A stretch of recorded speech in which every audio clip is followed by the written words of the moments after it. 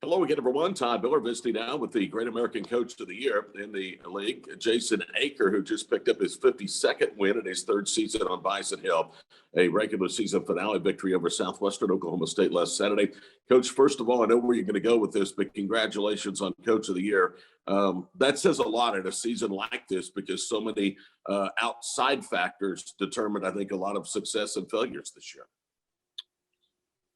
Well, thanks for saying that. It definitely is an honor to be named Coach of the Year, but as me and you have talked about, it's a team award. If our players and our staff wouldn't have done all the work that they did and have gotten done what they've gotten done on the court, then there's, coaches are only a product of the people that they surround themselves with. And so between the administration here, our staff, our players are the ones that did all the work. I wish they would name it the OBU Team Award because that's what it is. It's a coach. It can only be a coach and go after his goals and dreams with a group. And so I know we all know that. I know that's very cliche to say, but it's also very accurate. If you don't have good players and you don't have a tremendous coaching staff, you're going to get your head beat in.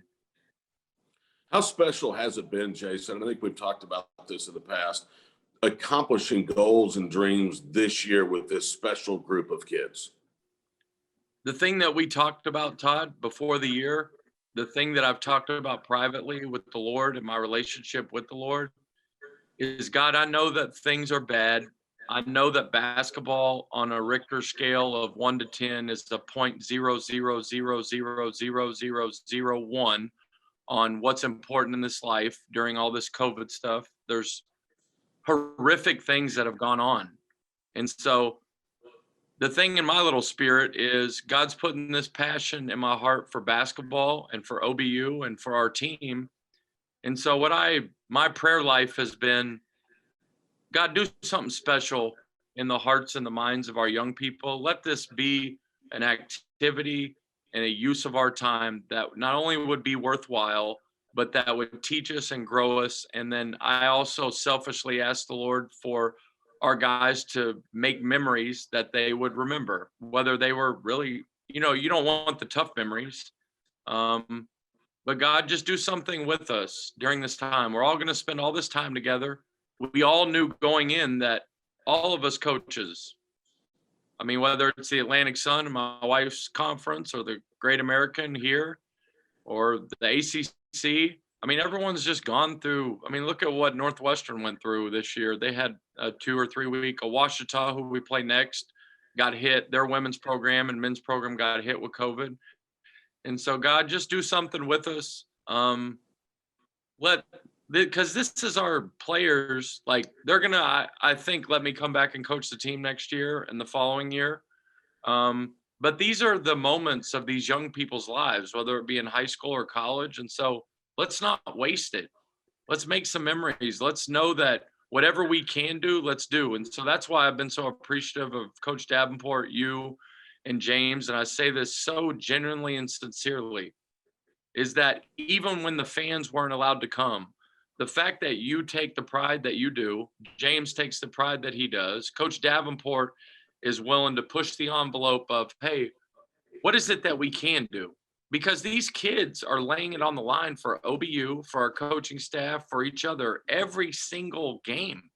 And so the games have gone our way, and they're going to give me an award for a coach, but that's really not important. What's important is what God can do in the middle of trying times. And so that's easy for us to say at 14-4, and we won the league, and we're all happy today, but like we could get beat tomorrow, but that doesn't mean that I feel like our time has been used wisely. This season, very special, very difficult. You went head-to-head with 5 other great coaches multiple times to win 14 of 17 games in the conference. How special is that? Because you find out a lot about yourself as a coach, your staff, and your players when you match wits with the caliber of teams you've had to play multiple times this year. Yeah, Todd, you normally follow other teams in their journey. Like when you're in a league of 12 people or other leagues I've been in, you normally know what's going on at Stetson. You normally know, you kind of follow Florida Gulf Coast and what, if they're your rival, you kind of follow Southeastern when you're playing them.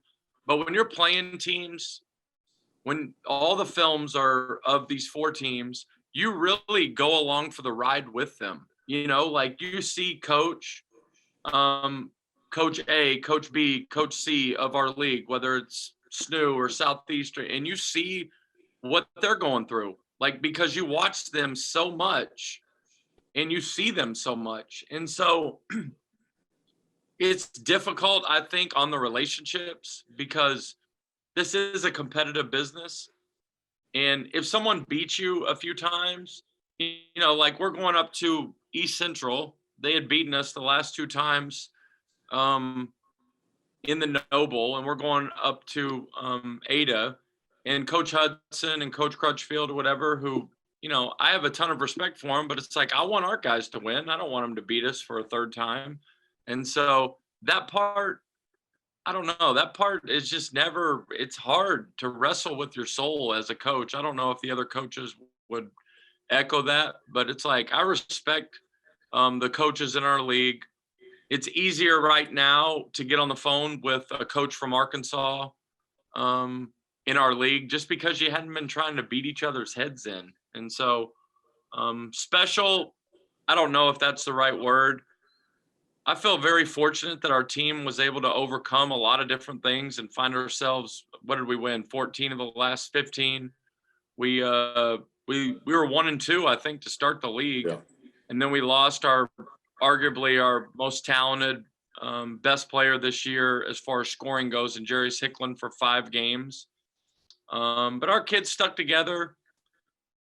We won some amazing games. We lost a few tough ones. But as far as the coaching piece, I kind of put to bed probably a month ago. I was like, all these coaches are so good. I'm going to stop worrying about what they're going to do to us, prepare our team.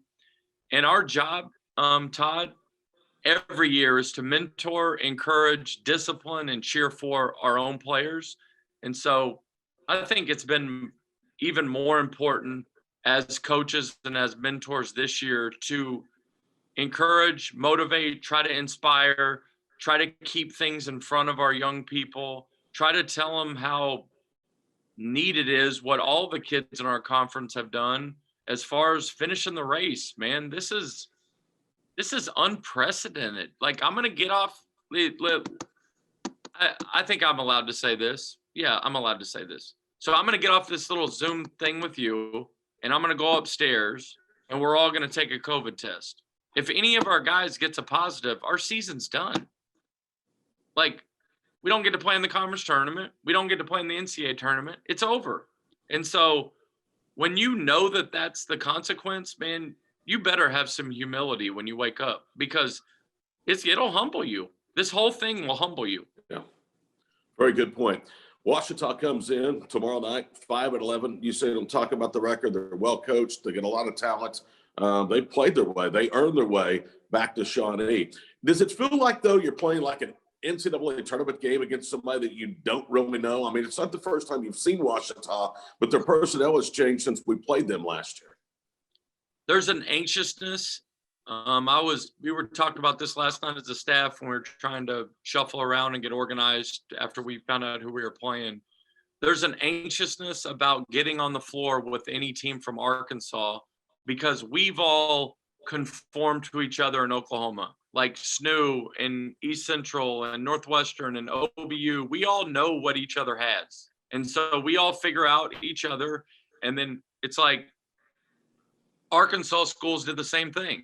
And so I'm anxious and nervous about getting on the floor with a team on the other side, because it's like, hey, are we behind? Are we ahead? Is it the same level? Are they better than us? Are we better than them? Because we don't know. We never played them. And so I will say this, and this is real. Ouachita got hit worse than anybody on the other side with COVID. So their January, what they went through, their record, it's not reflective of the team they are. They're the most improved team. I talked with several people. They're the most improved team. They're definitely one of the most well-coached team. Coach Nutt, I mean, just look at what he's an amazing coach and an awesome guy. They're the only team that beat us in Shawnee last year. They whooped us pretty good. We beat them pretty good at their place. They not only believe that they can win, they know that they can win. They can beat us tomorrow. No question. We can play well and they can beat us. And so, but I am anxious to get on the floor with them because it's like, you don't know what you don't know. I mean, I've watched Ouachita probably 3 or 4 random times during the year. And each time with that particular school, I've said, you know, they're more athletic, they're more physical, their bodies are really, you know, they're a more physical team than us.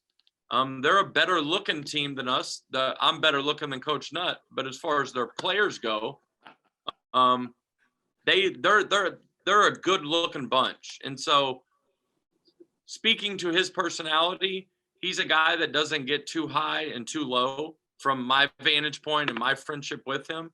And his team has epitomized that through all the ups and downs. They wouldn't have been able to go over there and win yesterday if he would have been a loose cannon all year of reacting to COVID or reacting to a couple losing streaks they had.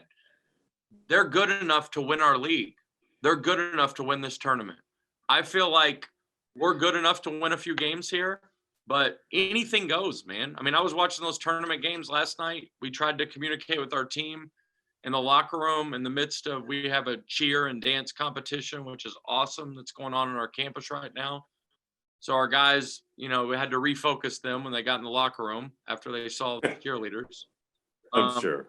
But the thing that we tried to impress upon our guys is like, look, man, the postseason is something different. If you want it, you got to go get it. And it's like, if there's a ball in that court, like there's no tomorrow. And so they played like it last night. Arkansas Tech and Ouachita had by far the game of the night in the GAC on the men's side.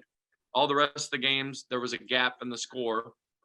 And so they're used to that. They're already in that mode, Todd, of they had to survive last night to extend their season. So their kids are on that bus today. They're in that mode. If we don't go in there and win in Shawnee, our season is done. And our guys finish the season. Everyone's happy. Coach Davis had a baby. We had some guys make like we're in that mode of, hey, man, we had a great year. And it's like, that's the moment where you get blasted in the postseason.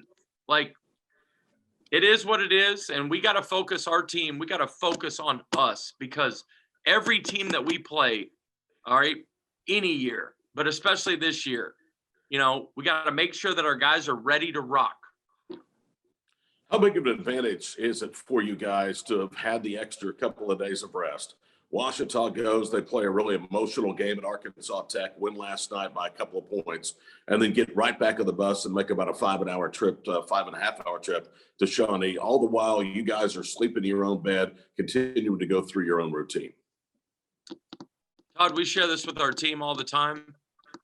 And I'm not trying to give you any life advice. I'm certainly not trying to give any life advice to anybody that's listening to this Zoom deal. But no matter where you go, there you are. No matter where you go in life, there you are. And so if I'm living in Macon, if I'm coaching in Macon, if I'm coaching in Lynchburg, Virginia, if I'm coaching in Shawnee, no matter where I go, there I am. And so same with your opponent. So Ouachita is going to get on a bus. They're going to have a great day, man. Like those are some of my most favorite days, being on the bus with the team. And like so no matter where we go, there we are. So the fact that we're in our own beds, which we're not, these kids are at school. They're not in their own beds. They're in a dormitory or an apartment. I'm in my own bed. That's about the only, I don't know if that's an advantage. And so Chick-fil-A, I get to go to Chick-fil-A every day, which I love. And so, and I get to drive around my own car and all that and get to see Isaac and Meredith, but it's not an advantage. It's not an advantage. I mean, was it such an advantage, then why did Ouachita come in here last year and own us? You know, if it was such an advantage. Good point.